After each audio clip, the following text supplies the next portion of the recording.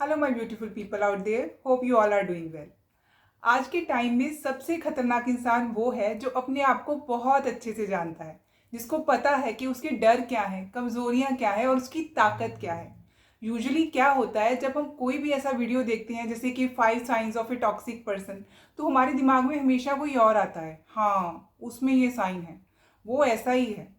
बहुत कम लोग ऐसे होते हैं जो ये सोचते हैं कि यार ये साइन तो मेरे में भी है, क्योंकि ज़्यादातर लोग अपने आप से सच नहीं बोलते।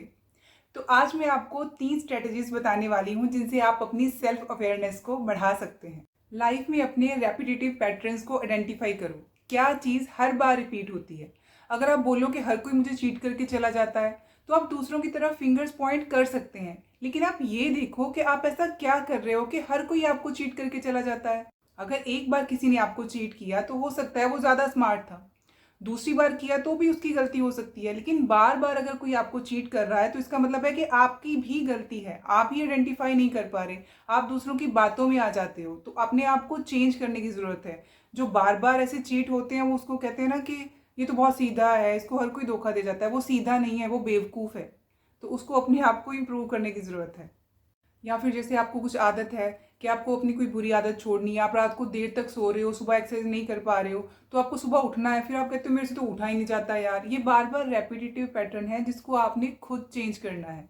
अपने आप को कॉन्शियसली ये रिमाइंडर्स देने हैं कि मुझे आज जल्दी ही सोना है, मुझे सुबह जल्दी ही उठना है।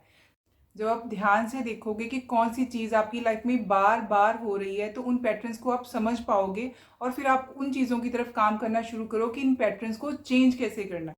दूसरा ये कि अपनी थॉट्स को, अपने बिलीव्स को क्वेश्चन करना सीखो। बिकॉज इससे आपको पता चलेगा कि वो थॉट्स, वो बिलीव्स जिसको आप अपना समझते हैं, वो आपके अपने हैं या अपने पेरेंट्स से बोरो कर लिए हैं, सोसाइटी से सीख लिए हैं, या किसी इन्फ्लुएंसर की बातें आपके दिमाग में बैठ गई हैं और आप वही बोल रहे हैं, बट आप उनमें बिलीव नहीं करते। बट जस्ट आपने सुन लिया है या अपने पेरेंट्स को करते हुए देख लिया है, तो आप उनको फॉलो करते जा रहे हैं अपनी लाइफ में। अपने आप से पूछिए कि जो बिलीव्स को मैं फॉलो करता आ रहा हूँ, क्या वो आज भी सच हैं? क्या उनके मायने आज भी हैं? अगर हैं तो क्या मेरे गोल्स को अचीव करने में वो मेरी हेल्प कर रहे हैं, या मुझे कुछ न्यू अजम्पशंस को फॉलो करना शुरू कर देना चाहिए? या आप इस तरीके से सोच सकते हैं कि जहाँ पर मैं अभी हूँ और जहाँ पर मैं पहुँचना चाहता हूँ, क्या उन दोनों चीज़ों में काफ़ी गैप है? और उस गैप को भरने के लिए मुझे अपनी लाइफ में कौन से बिलीव्स को चेंज करने की ज़रूरत है? कौन सी चीज़ें हैं जो मुझे पीछे खींच कर रख रही हैं? और उन चीज़ों को चेंज कीजिए, उन बिलीव्स को चेंज कीजिए। And then you can think कि मेरे पास आज कितनी नॉलेज है, क्या मैं इस नॉलेज से मीनिंगफुल कनेक्शंस बना सकता हूँ, नए आइडियाज़ को लेकर आ सकता हूँ अपनी लाइफ में, कुछ नया करने की, प्रोडक्टिव करने की, इन बिलीव से मुझे वैल्यूज़ मिल रही हैं या नहीं मिल रही हैं। जब आप अपने आप से ऐसे क्वेश्चंस पूछते हैं, तब आपको अपने आप ही समझ आ जाता है कि मेरे बिलीव्स जिनको मैं फॉलो करता आ रहा हूँ, वो मेरी लाइफ के लिए प्रोडक्टिव हैं या उनको चेंज करने की ज़रूरत है। और अपने बिलीव्स को आइडेंटिफाई करने का सबसे अच्छा तरीका है राइटिंग।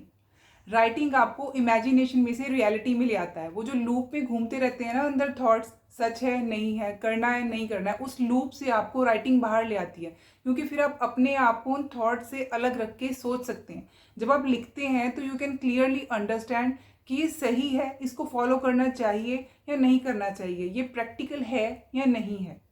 थर्डली, जिस इंसान पे आप लाइफ में सबसे ज़्यादा ट्रस्ट करते हैं ना, उससे फीडबैक लो। बिकॉज बहुत बार हम अपने अंदर वो चीज़ें नहीं देख पाते जो सामने वाले देख लेते हैं। जब हम सही लोगों से सही सलाह लेते हैं तो हमारा कई तरीके से फ़ायदा होता है।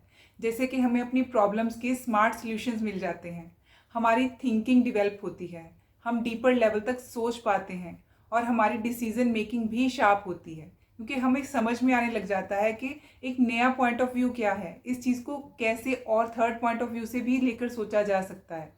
कई बार हमारे दिमाग में वो आइडियाज़ आते ही नहीं हैं जो थर्ड पर्सन के दिमाग में एकदम से आ जाते हैं। So try this. Good luck.